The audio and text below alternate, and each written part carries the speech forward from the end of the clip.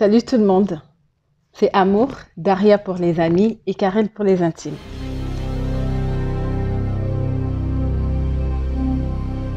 Pour les intimes. Ex-beauté. Ex-beauté, pourquoi l'appelait-on ici? Elle avait été belle dans le passé, elle avait fané, nous ne comprenions pas. Mais c'est comme ça qu'on appelait cette femme. On pouvait la croiser, elle habitait en diagonale de chez nous. On pouvait la croiser dans la journée. Visage inexpressif, fade.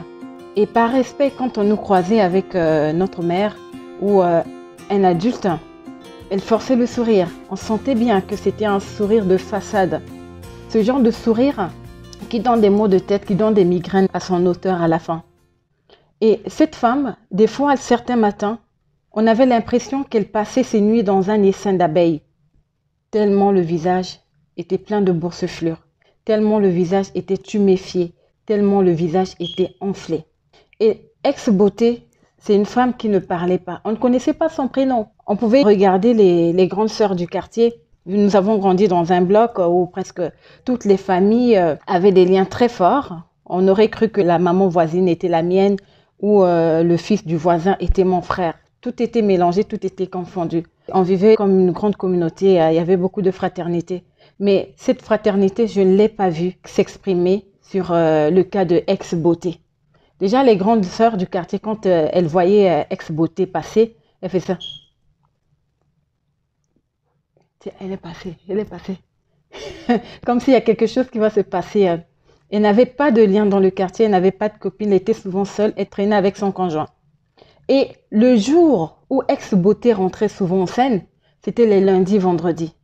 Et dans ce coin, dans cette ville, c'était le jour du marché. Et c'était le jour où il pleuvait le plus. Il y avait des pluies diluviennes les lundis et les vendredis. Et la légende du coin voudrait que ce soit un prophète qui avait décidé de prier Dieu pour qu'il pleuve ces jours-là. Parce que c'était jour de marché. Mais pour le fameux prophète, c'était un jour où il était en communion avec Dieu. Et le bruit du marché le dérangeait. Et du coup, il avait invoqué Dieu pour qu'il pleuve les lundis et vendredis, les jours du marché, pour qu'il n'y ait pas de bruit, qu'il y ait moins de monde. C'est selon la légende. On n'a jamais vérifié ça. Mais revenons à ex-beauté. C'est le jour où elle rentrait en scène avec son conjoint. C'est le jour où on voyait le plus souvent son conjoint. Et donc, ex-beauté vivait en couple avec Mike. Et les lundis, vendredis, quand un nuage se formait, avant que la pluie ne commence à tomber, on voyait les gens du quartier circuler et crier « Nganayon quartier, Nganayon quartier », c'est-à-dire toi et moi dans le quartier. C'était ce jour où à la radio nationale congolaise était diffusée une émission Nganayon quartier, toi et moi dans le quartier, présentée par un célèbre animateur aujourd'hui décédé, Georges Mbana. Mais quand les gens du quartier criaient Nganayon quartier, c'était pas parce que tout le monde était fan de Georges Mbana. Parce que le vrai Nganayon quartier, c'était chez ex-beauté. Et donc, dès que le nuage se formait, chacune de nous ou chacun de nous, selon les familles, recherchait une place de choix à la fenêtre pour ne rien rater. Et moi, je me souviens avec mes petites sœurs, il fallait qu'on trouve un coin. Et des fois, ma mère aussi se mêlait un peu à ça parce que tout le monde, personne ne voulait rater ce spectacle. Il n'y avait jamais d'annonce pour nous dire qu'il y a quelque chose qui va se passer dans la parcelle d'en face. On ne nous avait jamais dit ça, mais on savait que dès qu'il y avait un nuage qui se formait un lundi ou vendredi, dans cette parcelle-là, il se passait des choses. Il se passait quoi? C'était d'abord des cris dans la maison, des cris de femmes, des cris de souffrance. Ensuite, on voyait cette femme sortir de la maison, des fois dénudée, des fois habillée. Et on voyait son conjoint la poursuivre. Elle tombait dans la boue, elle criait, elle pleurait. Dans cette parcelle, il y avait ses belles-sœurs qui habitaient là aussi, les parents de son conjoint. Mais personne ne réagissait. On la rouait de coups et nous, on regardait, genre pour dire « Eyinda, Eyinda, encore, encore, encore ». On admirait le spectacle. Et quand on posait la question aux adultes, ils nous disaient « Les querelles de couple, faut jamais s'en mêler ». Et après, ex-beauté se relevait. Elle suivait son mari dans la maison, on entendait des cris un moment et puis tout se calmait. En journée, quand on se baladait dans le quartier, on entendait des fois les mamans la féliciter. Voilà, ex-beauté, c'est une femme. Et certains hommes du quartier la félicitaient. Ex-beauté, c'est une femme. Voilà comment elle ne parle jamais, elle se plaint jamais. Tout ce qui se passe chez elle, Elle ne se plaint pas. Ben non, il n'y avait pas d'objet à se plaindre. On était tous au courant de ce qui se passait chez elle. Il n'y avait pas d'objet à se plaindre. Il n'y avait rien à dire. Il n'y avait rien à dire. Et cette femme a vécu comme ça pendant des années. Et nous, on était là, on regardait un Ganayon à quartier. On a commencé à grandir. On a commencé à prendre de l'âge. On devenait des pré-ados, on devenait des adolescentes. Jusqu'au jour où, je n'ai jamais oublié, comme d'habitude, le nuit s'est formé. On s'est mis à la fenêtre. On a entendu des cris de souffrance, des cris de douleur. Ensuite, elle est sortie. Elle est sortie de la maison. Son mari l'a rouée de coups. Elle s'est relevée. Elle a constaté que tout le monde la regardait. Les mamans du quartier, à la fenêtre, elle a vu qu'il y avait des gens. De l'autre côté, elle a regardé les voisines, les belles-sœurs qui la regardaient aussi. Elle s'est levée. Elle s'est dirigée vers le puits. Elle a pris sa jambe. Elle a voulu se jeter dans le puits. Son mari est venu. Son mari l'a tenue dans ses bras.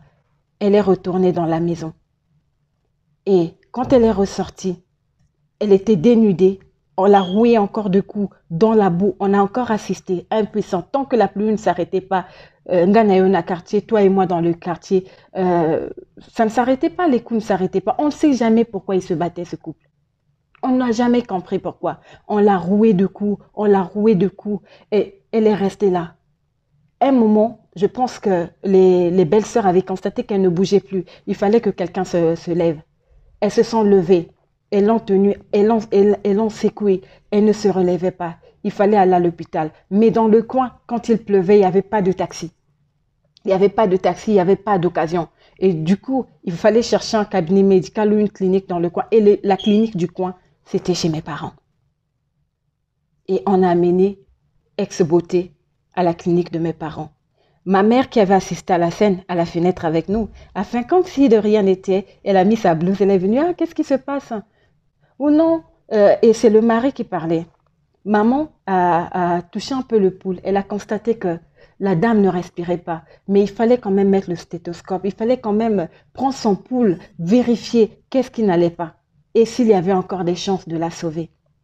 Et maman a quand même demandé, ma mère a posé la question à celui qu'on a surnommé Mac, moi je ne sais pas comment il s'appelait véritablement, mais c'est le prénom qui sait bien à ce genre de mec. On a posé la question à Mike, mais qu'est-ce qui s'est passé?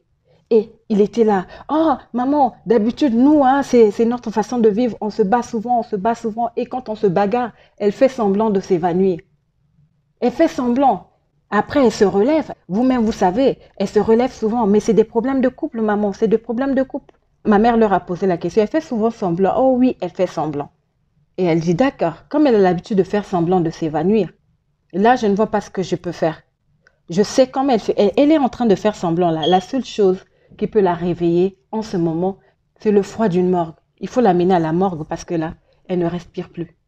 Et tout le monde a commencé à pleurer. Et c'est ce jour-là que j'ai entendu son prénom. Elle s'appelait Nadine. Oh Nadine, oh Nadine. Elles ont commencé à pleurer. Le monsieur a commencé à pleurer. Il suppliait ma mère, non, faites quelque chose. Ma mère leur a dit, non, il n'y a plus rien à faire. Il n'y a plus rien à faire, elle est partie. Elle est partie. Mais ex-beauté, ça peut être toi, ça peut être moi. Il n'y avait pas de nom, elle n'avait pas de nom. Elle n'avait pas de nom, on l'appelait ex-beauté. Ça peut être toi, ça peut être moi, ça peut être Sylviane, ça peut être Nadine, ça peut être Olga, ça peut être n'importe quelle femme. On a grandi dans une société, je parle de la réalité africaine, pour nous qui avons grandi en Afrique. On a grandi dans une société où tout le monde disait les querelles et les bagarres sont des preuves d'amour. Comment ça? Comment ça? En Lingala, les musiciens chantaient ça, que les querelles, les disputes et les bagarres sont des preuves d'amour. Et les gens ont tellement intériorisé ça, quand il y a un bagarre de couple, personne ne s'en mêlait. Personne ne s'en mêlait. Parce que c'est des preuves d'amour, c'est leur façon de vivre. Une preuve d'amour, des bagarres. Et moi, je me souviens, ce Mike, quand il battait sa femme, dans la maison, quand on entendait des cris, il s'écriait « Femme, soyez soumise ». Tu connais pas ça? « Femme, soyez soumise ». Sous les coups, « Femme, soyez soumise ». Et même les femmes répétaient ça. Et celle qui félicitait ex-beauté, que c'était une brave femme, c'était une bonne femme parce qu'elle supportait les coups. Que c'était une femme soumise. Le verset des machos. « Femme, soyez soumise. Femme, soyez soumise ». Si on apprenait, au lieu que de réciter ça comme ça, si on apprenait à nos enfants, aux garçons, aux filles, 1 Corinthiens 13, 4 à 7, l'amour n'est pas violent. L'amour ne s'irrite point. L'amour est plein de bonté. L'amour est passion. Si on apprenait ce verset, au lieu de réciter à longueur de journée, au lieu de faire croire aux gens, de prendre juste une partie du verset, on oublie Marie, aimez vos femmes. Quelqu'un qui aime sa femme, est-ce qu'il la bat? Doit-on attendre qu'un drame arrive pour donner un nom à la douleur, à la souffrance d'une femme? Doit-on toujours attendre? Pourquoi on ne se lève pas? Pourquoi on ne dénonce pas? Pourquoi on ne dit pas, on n'apprend pas aux jeunes garçons, aux jeunes filles, l'amour est doux, l'amour est respectueux. L'amour, c'est plein de tendresse. Ce n'est pas des histoires qu'on lisait dans les romans photos, mais c'est réel. C'est réel quand on connaît la valeur humaine, quand on connaît la valeur de l'autre, quand on sait ce que c'est former une seule chair. Parce que faire du mal à sa chair, c'est être maso.